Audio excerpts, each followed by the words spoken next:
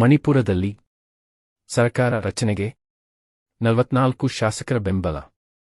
ರಾಷ್ಟ್ರಪತಿ ಆಳ್ವಿಕೆಗೆ ಒಳಗಾಗಿರುವ ಮಣಿಪುರದಲ್ಲಿ ಬುಧವಾರ ಮಹತ್ವದ ರಾಜಕೀಯ ಬೆಳವಣಿಗೆಯುಂಟಾಗಿದ್ದು, ರಾಜ್ಯದ 44 ಶಾಸಕರು ನೂತನ ಸರ್ಕಾರ ರಚನೆಗೆ ಸಿದ್ಧರಾಗಿದ್ದಾರೆಂದು ಬಿಜೆಪಿ ಶಾಸಕ ತೊಕ್ಚೋಮ್ ರಾಧೇಶ್ಯಾಮ್ ಸಿಂಗ್ ಬುಧವಾರ ತಿಳಿಸಿದ್ದಾರೆ.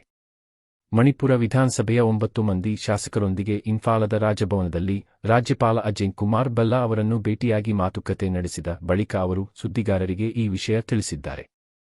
ಸಾರ್ವಜನಿಕ ಭಾವನೆಗಳಿಗೆ ಅನುಗುಣವಾಗಿ ನೂತನ ಸರ್ಕಾರ ರಚನೆಗೆ ತಾವು ತಯಾರಿದ್ದೇವೆ. ಸರ್ಕಾರ ರಚನೆಗೆ 44 ಶಾಸಕರು ಸಿದ್ಧರಿದ್ದಾರೆಂದು ರಾಜ್ಯಪಾಲರಿಗೆ ನಾವು ಮಾಹಿತಿ ನೀಡಿದ್ದೇವೆ.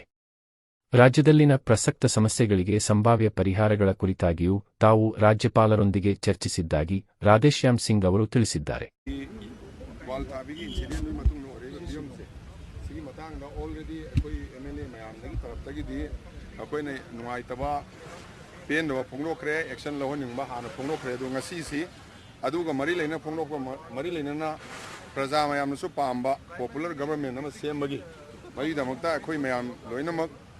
MLA nifu mari loina mangna sarkar na wom sem masi yare akoi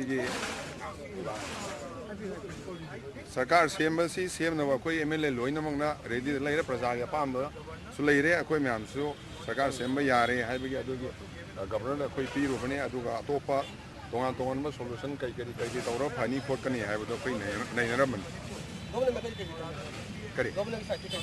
Governor Sahib ne mara note tawraga kai tawba yabano loina yengani in the interest of Prajagi interest of Manipur interest adu akoi tawba yaba tawgani haina thambire state claim maidi sarkar sembai se akoi ji central leadership na lawrakada national party ni na akoi loina ready the laire some kind of claim ga samana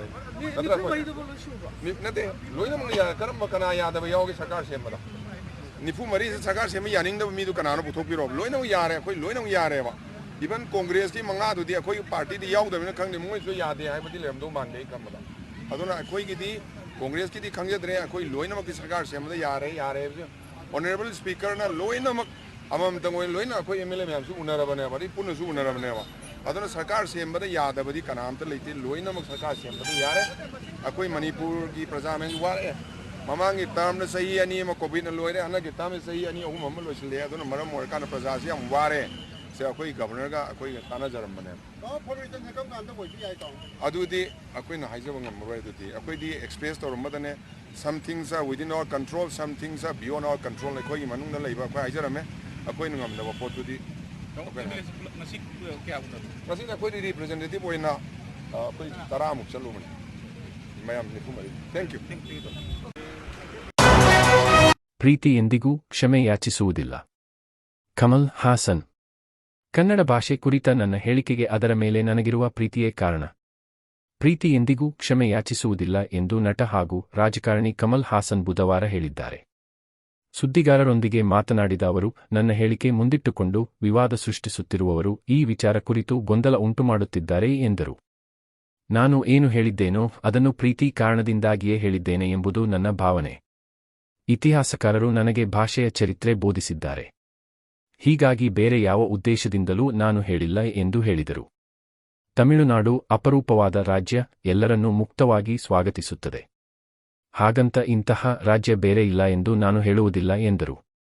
ಒಬ್ಬ Menon MG Ramachandran, ಒಬ್ಬ ರೆಡ್ಡಿ ಒಮಂದೂರ್ ರಾಮಸ್ವಾಮಿ ರೆಡ್ಡಿಯಾರ್ ನಮ್ಮ ಮುಖ್ಯಮಂತ್ರಿಯಾಗಿದ್ದರು.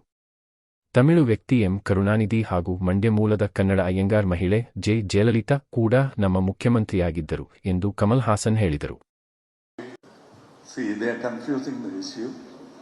I think what I said was said out of love. And with a lot of historians who taught me language history, and that I didn't mean anything.